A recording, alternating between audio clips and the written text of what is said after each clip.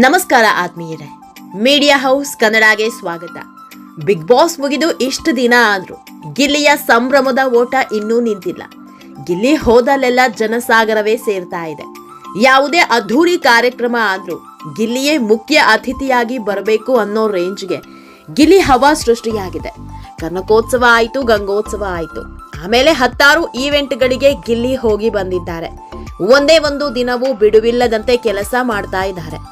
ಮೊನ್ನೆ ತಾನೆ ಮಾಜಿ ಸಿಎಂ ಯಡಿಯೂರಪ್ಪ ಹುಟ್ಟು ಹಬ್ಬವನ್ನ ಅವರ ಸ್ವಕ್ಷೇತ್ರ ಶಿಕಾರಿಪುರದಲ್ಲಿ ಅದ್ಧೂರಿಯಾಗಿ ಆಚರಿಸಲಾಯಿತು. ಆ ಕಾರ್ಯಕ್ರಮಕ್ಕೂ ಗಿಲ್ಲಿಯನ್ನ ಕರೆಸಿದ್ರು. ಇದರಲ್ಲೇ ಗೊತ್ತಾಗುತ್ತೆ ಗಿಲ್ಲಿ ನೇಮು ಫೇಮು ಯಾವ ಮಟ್ಟಿಗಿದೆ ಅಂತ.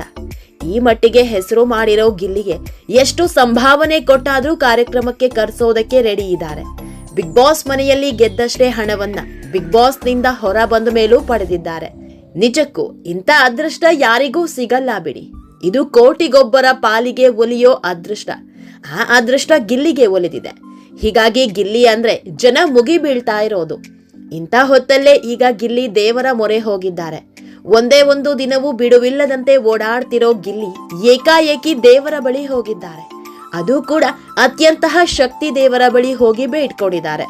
ಇದೆಲ್ಲದರ ಬಗ್ಗೆ ಇವತ್ತಿನ ವಿಡಿಯೋದಲ್ಲಿ ಹೇಳ್ತಾ ಹೋಗ್ತೀವಿ. ಅದಕ್ಕೂ ಮೊದಲು ನೀವಿನ್ನೂ ನಮ್ಮ ಚಾನೆಲ್ನ ಸಬ್ಸ್ಕ್ರೈಬ್ ಮಾಡಿಲ್ಲ ಅಂದ್ರೆ ಮಿಸ್ ಮಾಡಬೇಡಿ, ಈಗಲೇ ಸಬ್ಸ್ಕ್ರೈಬ್ ಮಾಡಿ. ಈ ವಿಡಿಯೋನ ಕೊನೆಯವರೆಗೂ ನೋಡಿ, ನಿಮ್ಮ ಅನಿಸಿಕೆಗಳನ್ನ ಕಾಮೆಂಟ್ ಮಾಡಿ. ಆತ್ಮೀಯರೇ, ಗಿಲ್ಲಿ ಈಗ ಊರೂರು ಸುತ್ತಿ ಅಲ್ಲಲ್ಲಿ ಕಾರ್ಯಕ್ರಮ ಕೊಟ್ಟು ತವರೂರಿಗೆ ದೌಡಾಯಿಸಿದ್ದಾರೆ.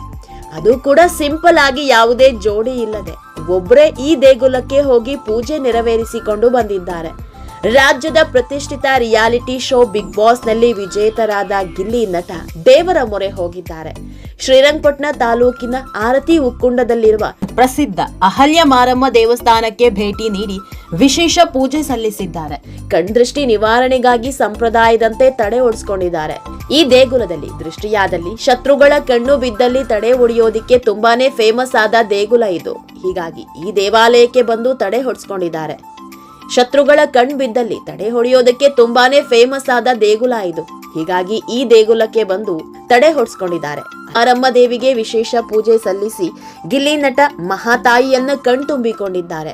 ದೇವಾಲಯದ ಸಂಪ್ರದಾಯ ಪಾಲನೆ ಮಾಡಿದ ಗಿಲ್ಲಿ ವಿಶೇಷ ಆರತಿ ಸ್ವೀಕರಿಸಿದ ಬಳಿಕ ತಮ್ಮ ಮುಂದಿನ ಜೀವನ ಮತ್ತು ಕಲಾ ಬದುಕು ಉತ್ತಮವಾಗಲಿ ಅಂತ ಪ್ರಾರ್ಥಿಸಿದ್ದಾರೆ. ಈ ವೇಳೆ ಗಿಲ್ಲಿ ಆಗಮನದ ಸುದ್ದಿ ತಿಳಿತಾ ಇದ್ದಂತೆ ದೇವಾಲಯದ ಬಳಿ ಆಗಮಿಸಿದ ಅಭಿಮಾನಿಗಳು ಹಾಗೂ ಭಕ್ತರು ಗಿಲ್ಲಿ ನೋಡಲು ಮುಗಿಬಿದ್ದಿದ್ದಾರೆ. ಆತ್ಮೀಯರೇ, ಮಂಡ್ಯ ಜಿಲ್ಲೆಯ ಶ್ರೀರಂಗಪಟ್ಟಣ ತಾಲೂಕಿನಲ್ಲಿರುವ ಆರತಿ ಉಕ್ಕುಂಡದ ಶ್ರೀ ಅಹಲ್ಯಾದೇವಿ ಮಾರಮ್ಮನ ದೇವಾಲಯ ಅತ್ಯಂತ ಪುರಾತನ ಹಾಗೂ ಪವಾಡ ಕ್ಷೇತ್ರ ಅಂತ ಜನಜನಿತವಾಗಿದೆ.